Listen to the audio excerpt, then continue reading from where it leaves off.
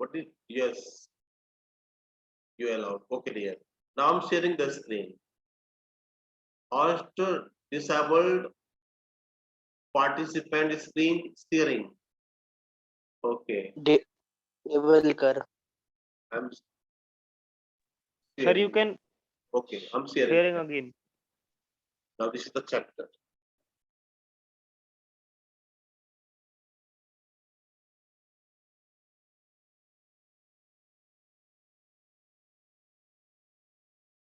Everybody, can you see the screen? Yes, sir, we can see. First of all, we are discussing the questions. You know our course of action. First of all, story is narrated. Thereafter, it is read. Then questions and answers are discussed. These are the series of inside questions. Think as you read. We are in the process of reading, so we are thinking. So what the first question is, read out the first question, please. Any of you? Hello, any of you? What is the misadventure that William Douglas speaks about? Very good. Listen to. What is the misadventure? There are two. What the difference between misadventure and adventure? And why it is said to be misadventure? Can you differentiate adventure from misadventure? I'm asking this question. Sir, Yes, I'm waiting for your answer. Yes, please. Adventure is something risky that we done by ourselves, and misadventure is that thing that we are not supposed to do but are forced to do that. Okay, very good. We are under the pressure. We are Yes, sir. compelled. It is not our sweet desire to perform the risky Yes. task, adventurous task, but we are forced, we are compelled.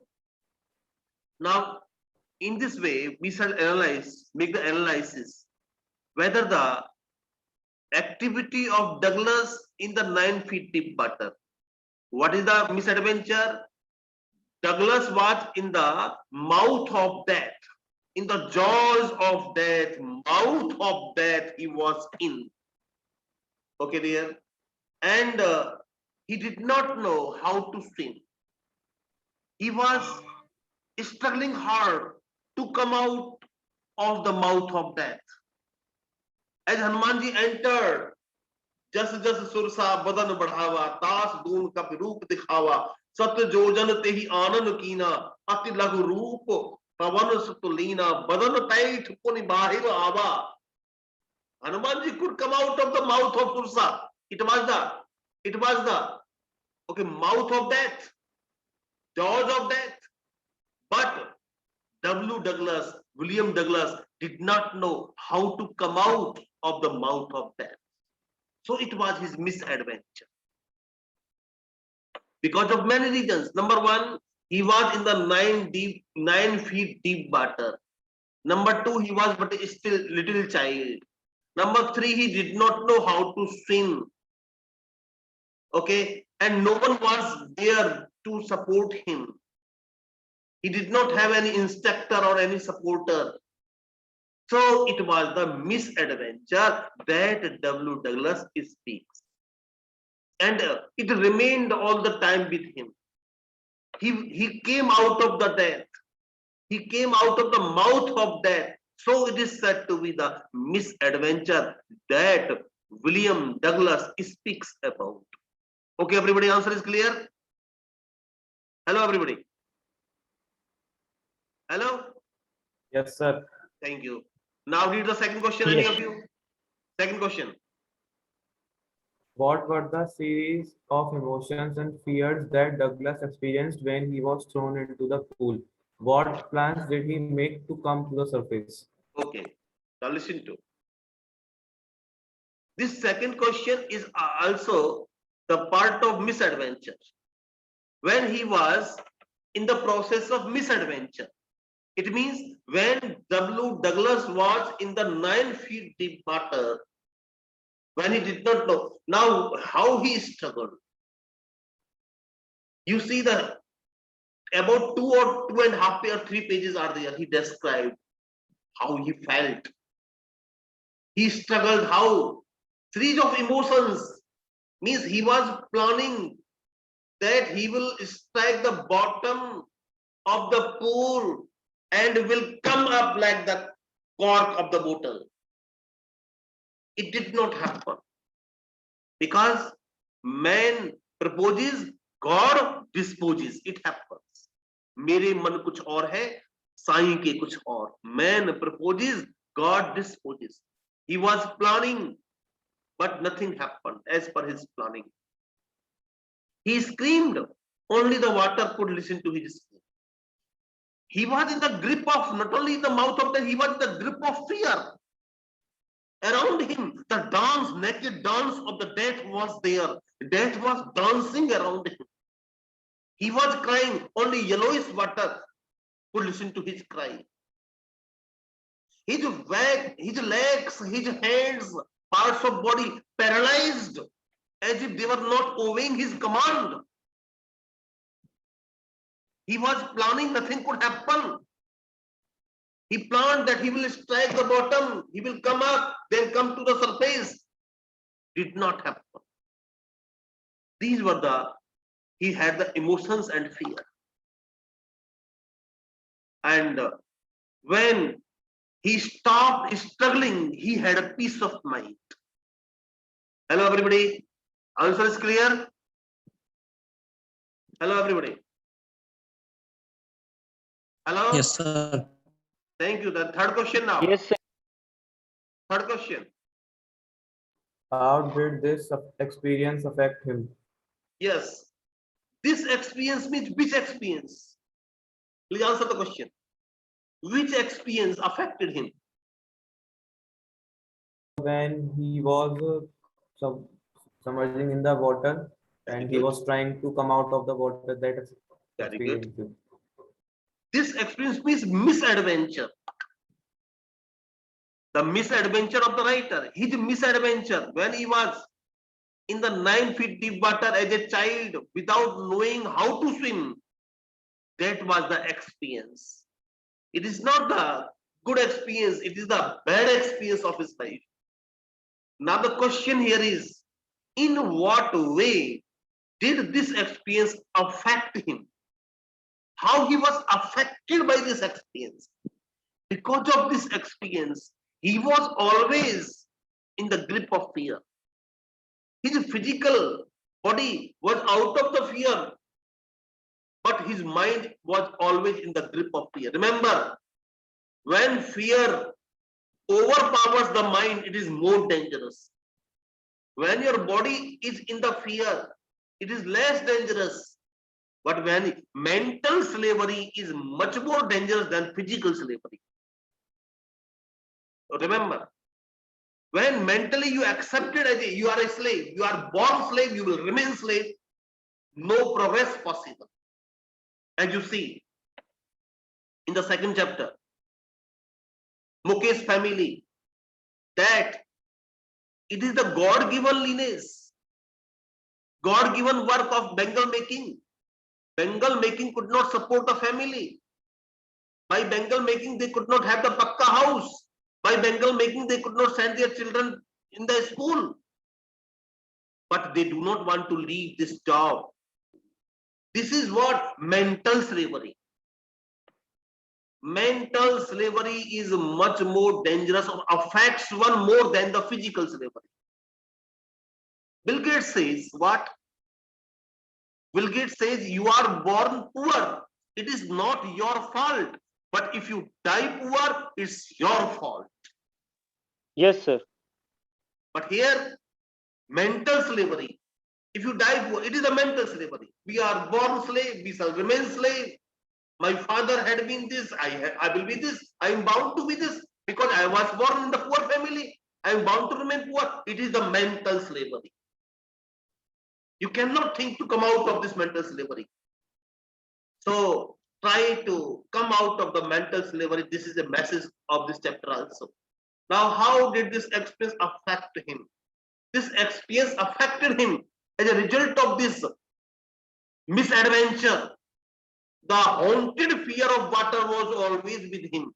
as if the fear of water was haunting him, following him. So he had haunted fear of water. H-A-U-N-T.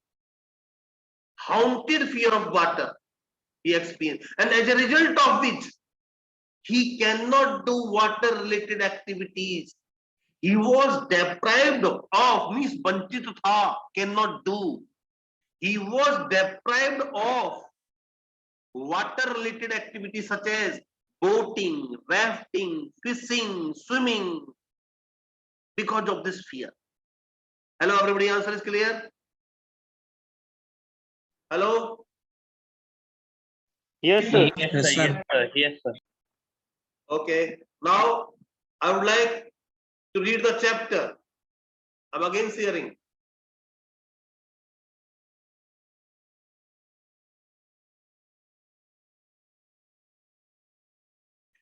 From third page. Okay. Reading up to third page was over.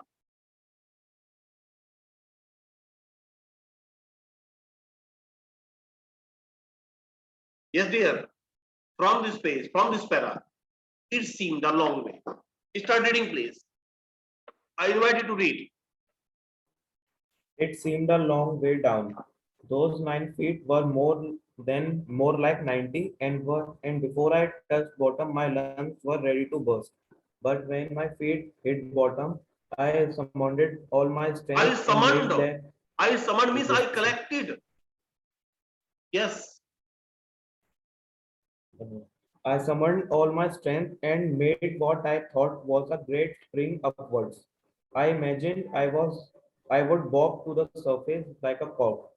Instead, I came up slowly. I opened my eyes and saw nothing but water. Water that had a dirty yellow thing into it. I grew panicky. I reached up as if to grab a rope, and my hands clutched only at water. I was suffocating. I tried to yell, but no sound came out. Yell means Then my cry. eyes and Yes, sir. Then my eyes and nose came out of the water, but not my mouth. I flailed at the surface of the water, swallowed and choked. I tried to bring my legs up, but they hung as dead weights, paralyzed and rigid. A great force was pulling me under. I screamed, but only the water heard me. I had started on a long journey back to the bottom of the pool. I struck at the water as I went down, expending my strength as one of the nightmare flights and irresistible force. I had lost all my breath. My lungs ached, my head troubled. I Throbbed. was the meaning. Throbbed as if going to burst. Okay, sir. I was getting dizzy, but I remembered the strategy. I would spring from the bottom of the pool and come like a cork to the surface. I would lie flat on the water, strike out with my arms, and thresh with my legs. Then I would get the edge of the pool and be safe. I went down endlessly. I opened my eyes, nothing but water with a yellow glow. Dark water that one could not see through. And then sheer stark terror seized me. Terror that knows no This is understanding. very, very Terror important that knows. para.